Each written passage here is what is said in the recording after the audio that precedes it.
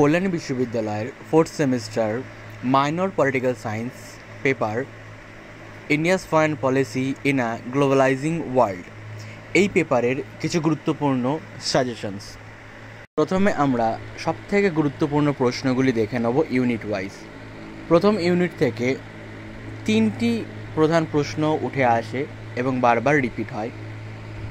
সেটা হচ্ছে প্রথম, ভারতের বিদেশ নীতির বৈশিষ্ট্য; দ্বিতীয়, ভারতের বিদেশ নীতির বিভিন্ন নির্ধারক উপাদানগুলি; এবং তৃতীয় প্রশ্নটি ভীষণ গুরুত্বপূর্ণ, যে বর্তমান বিশ্বে বা বিশ্ব রাজনীতিতে ভারত একটি উদীয়মান শক্তি হিসেবে কিভাবে নিজেকে প্রতিষ্ঠিত করছে। এই 3টি প্রশ্ন পড়লেই আরামসে এর মধ্যে থেকে একটা বা দুটো কমন অবশ্যই আসবে, কারণ এই ইউনিট থেকে কম করে হলেও একটা প্রশ্ন প্রতি বছরই আসে। দ্বিতীয় ও তৃতীয় ইউনিটে কিছু গুরুত্বপূর্ণ এবং খুব শক্তিশালী দেশের সাথে ভারতের বিদেশ নীতির সম্পর্ক আলোচনা করা হয়েছে। এই 3টি দেশই ভীষণ গুরুত্বপূর্ণ। এই 3টি দেশের মধ্যে সবথেকে বেশি গুরুত্বপূর্ণ, বর্তমানে যতগুলো পরীক্ষা এই পেপারের হয়েছে, অনার্সে হোক, প্রোগ্রামে হোক বা মাইনরে হোক, দেখা গেছে চীনের সাথে ভারতের বিদেশ নীতির সম্পর্ক বারবার এসেছে। এবং স্বাধীনতার পর থেকে ভারতের সাথে চীনের যে বিদেশ নীতির সম্পর্ক, সেটি তো গুরুত্বপূর্ণই, কিন্তু খুব স্পেসিফিক্যালি প্রশ্ন এসেছে যে ঠান্ডা যুদ্ধের পরবর্তী সময়ে ভারতের সঙ্গে চীনের বিদেশ নীতির কেমন থেকেছে। তাহলে 1990-এর পরের সময় থেকে আমাদেরকে এই নোটটা দেখতে হবে যে ভারত ও চীনের বিদেশ নীতির যে সম্পর্ক, যে বিবর্তন, সেটা কেমনভাবে তৈরি হয়েছে। তাহলে এই প্রশ্নটি কেমনভাবে আসে যে ঠান্ডা যুদ্ধের পরবর্তী সময়ে ভারত ও চীনের বিদেশ নীতির সম্পর্কটি আলোচনা করো। আচ্ছা, এর সাথে আরও দুটি শক্তিশালী দেশ, আমেরিকা এবং রাশিয়া। এই দুটোরও প্রশ্ন এখন যা আসছে সেগুলো ঠান্ডা যুদ্ধ পরবর্তী সময়ের থেকেই আসছে, অর্থাৎ 1990-এর আগেরটা খুব বেশি গুরুত্বপূর্ণ নয়। হ্যাঁ, আসবে না একেবারে সেরকম কোনো সিউরিটি নেই, পুরোটাই পড়ে রাখবে, বাট ঠান্ডা যুদ্ধ পরবর্তী সময়ে ভারতের সাথে এই শক্তিশালী রাষ্ট্রগুলির সম্পর্ক কেমন থেকেছে সেটা সবথেকে গুরুত্বপূর্ণ। কারণ এক তো সেই সময় ঠান্ডা যুদ্ধ শেষ হচ্ছে, সোভিয়েত ইউনিয়ন ভেঙে রাশিয়া হচ্ছে, বাইপোলার যে সিস্টেমটা ছিল, যে একদিকে আমেরিকা থাকছে, একদিকে সোভিয়েত ইউনিয়ন থাকছে, মানে ইউএসএ এবং ইউএসএসআর থাকছে, সেই জায়গাটা ভাঙছে, ইউনিপোলার আসছে, তারপর মাল্টিপোলার আসছে, ইন্ডিয়াতে হচ্ছে এলপিজি লাগু হচ্ছে, মানে লিবারালাইজেশন হচ্ছে, নতুন অর্থনৈতিক নীতি আসছে, যেটাকে হচ্ছে নিউ ইকোনমিক পলিসি বলছে। ঠিক আছে, তো এতগুলো কারণ রয়েছে যে ঠিক এই 1990-এর পরবর্তী সময় থেকে এই 3টি গুরুত্বপূর্ণ শক্তিশালী দেশের সঙ্গে ভারতের বিদেশ নীতির সম্পর্ক বারবার প্রশ্ন আসে এবং আসতে পারে। তাই ঠান্ডা যুদ্ধ বিশেষত 1990-এর পর থেকে ইউএসএ, রাশিয়া, ইউএসএসআর হবে না, কারণ ইউএসএসআর সেই সময় ভেঙে যাচ্ছে, রাশিয়া, তো 1990 থেকে রাশিয়ার সাথে ভারতের সম্পর্ক, 1990 থেকে আমেরিকার সাথে ভারতের সম্পর্ক, এবং বিশ্বত সবথেকে ইম্পর্টেন্ট যেটা, সেটা চীনের সাথে ভারতের সম্পর্ক কীরকমভাবে বিবর্তন হচ্ছে, কী কী পলিসি নেওয়া হচ্ছে, এই সমস্ত বিষয়টা খুব ইম্পর্টেন্ট। তাহলে প্রথম এখানে 3টি দেশকে আমরা যেভাবে পরপর সাজানো যেতে পারে গুরুত্বের দিক থেকে, তাহলে প্রথম আসছে চীন, তারপরে আসছে আমেরিকা, এবং ঠিক তার পাশাপাশি একই স্তরে থাকছে রাশিয়া। ফোর্থ ইউনিটটা যথেষ্ট বড়, শুধুমাত্র ফোর্থ ইউনিট নিয়েই আলাদা একটা পেপার তৈরি হয় রাষ্ট্রবিজ্ঞানে, তো ওটাতে আমরা পরে আসছি, শেষের দিকে আসছি।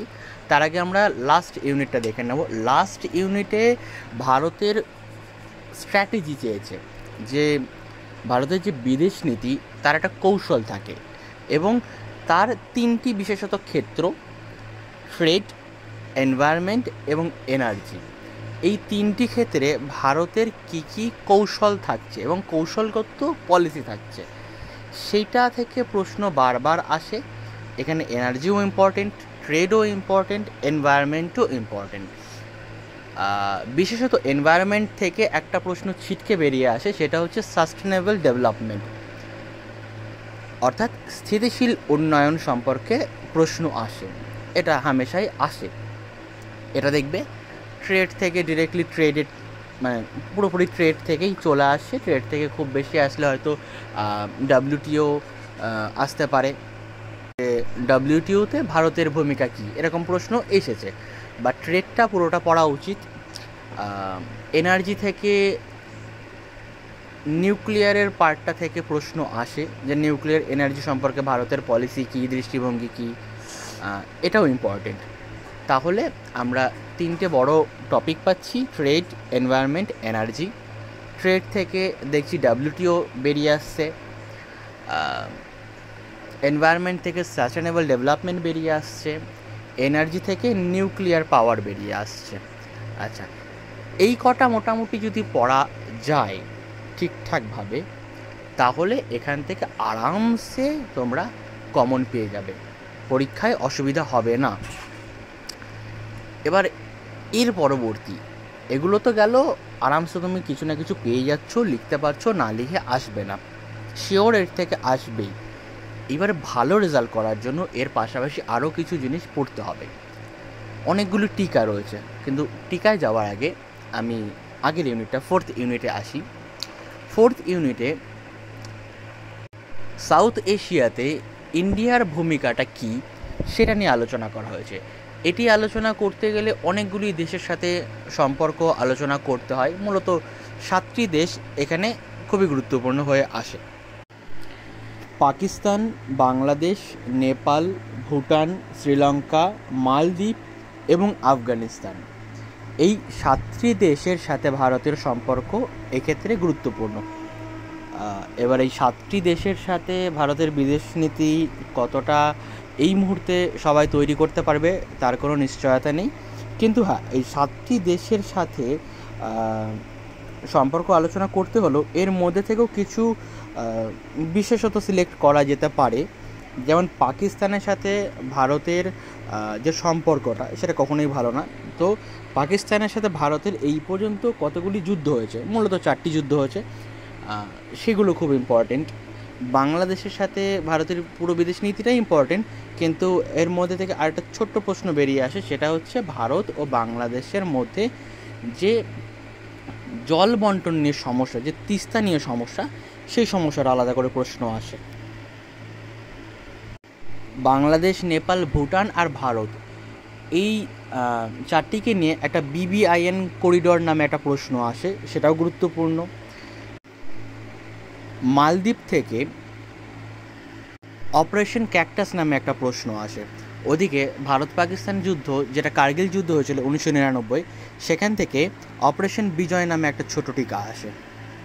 এই 4 নম্বর ইউনিট থেকেই আবার শার্কটা ভীষণ ইম্পর্টেন্ট। এটা একদম প্রথমবার যে লিস্টগুলো বলেছিলাম, যে প্রশ্নগুলো বলেছিলাম, সেখানে শার্কটাকে ইনক্লুড করে নাও। শার্কের উদ্ভব, বিবর্তন, ব্যর্থতা, ওর বিভিন্ন চ্যালেঞ্জেস, ভারতের ভূমিকা শার্কের ক্ষেত্রে, এই সমস্ত পুরো প্রশ্নটাই ভীষণ ইম্পর্টেন্ট। এখান থেকে ভেঙে ভেঙে প্রশ্ন 5-এ 10-এ আসে।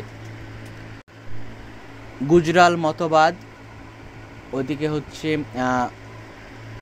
পঞ্চশীল চুক্তি, ব্রিক্স। শার্কের থেকে আরেকটা প্রশ্ন আবার ছিটকে বেরিয়ে আসে, সেটা হচ্ছে সাফটা, SAFTA, সাফটা।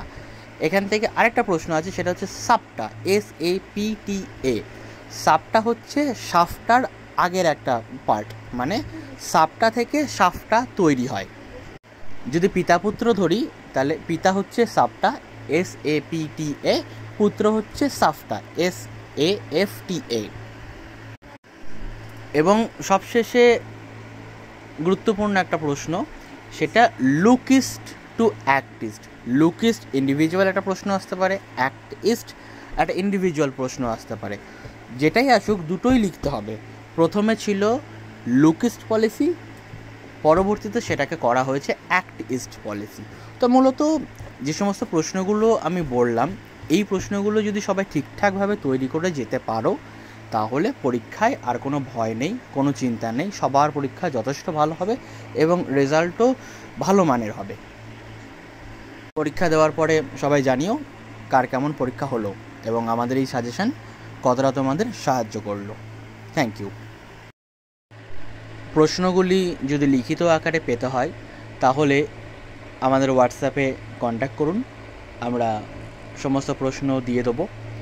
আর যদি এই সমস্ত প্রশ্নের উত্তর পেতে চান তাহলে সেক্ষেত্রে আপনাদের কিছু অর্থ ব্যয় করে প্রশ্নের উত্তরগুলি নোট আকারে কিনে নিতে হবে। তার জন্য আমাদের সাথে সরাসরি হোয়াটসঅ্যাপে যোগাযোগ করুন, আমরা আপনাদের জন্য সমস্ত সময় অ্যাভেলেবেল রয়েছি। ধন্যবাদ।